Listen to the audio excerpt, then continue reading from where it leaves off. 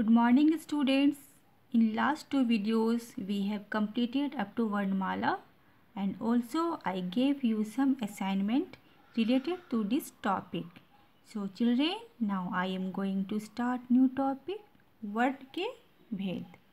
Let's start. वर्ण दो प्रकार के होते हैं. पहला स्वर और दूसरा व्यंजन. इन्हें एक एक करके अब हम जानेंगे. स्वर. हिंदी भाषा में 11 स्वर हैं. दूसरा है व्यंजन. हिंदी में मूल रूप से 33 व्यंजन हैं. देखते हैं कि इसमें जानते हैं कि 11 कौन कौन से स्वर हैं और उनका निश्चित स्थान कहाँ कहाँ पर है.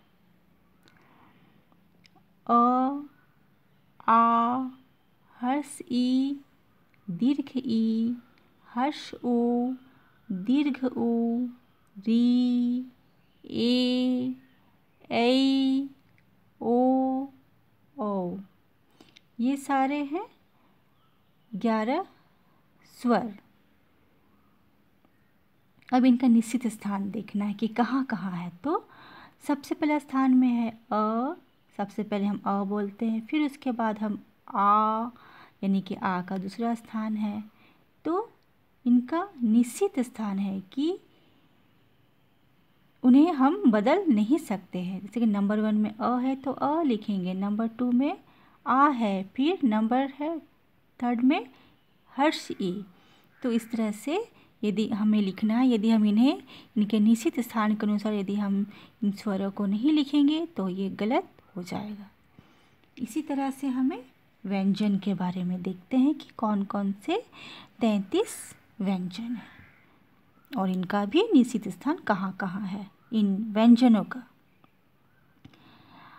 क, ख, ग, घ, अंग, च, छ, ज, झ, ञ, ट, ठ, ड, ढ, मूर्धन्य, त, थ, द, ध, न, प, फ, ब, भ, म, य, र, ल, व, तालव्य, मूर्धन्य, दंतस्य, ह.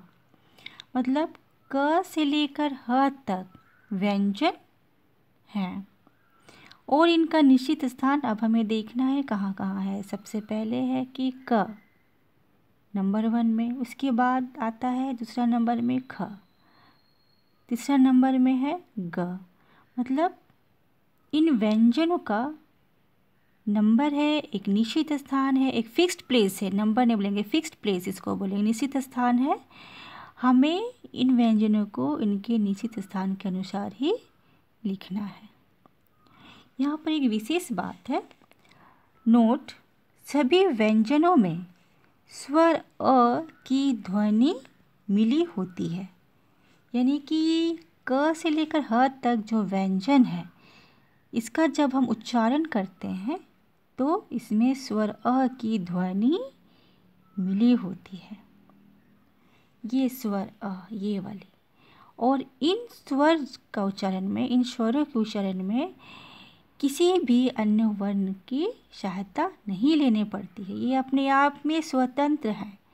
जब इनका उच्चारण हमारे मुंह से होता है तो हमारे मुंह से जो हवा निकलती है, जो वायु निकलती है, वो सीधे निकलती है.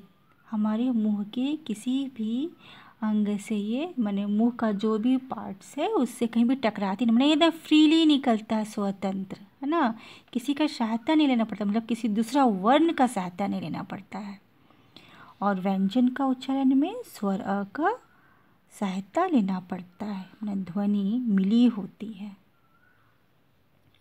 सो children, read it carefully 2 times. Tomorrow I will give you the fill up and question answer of this chapter.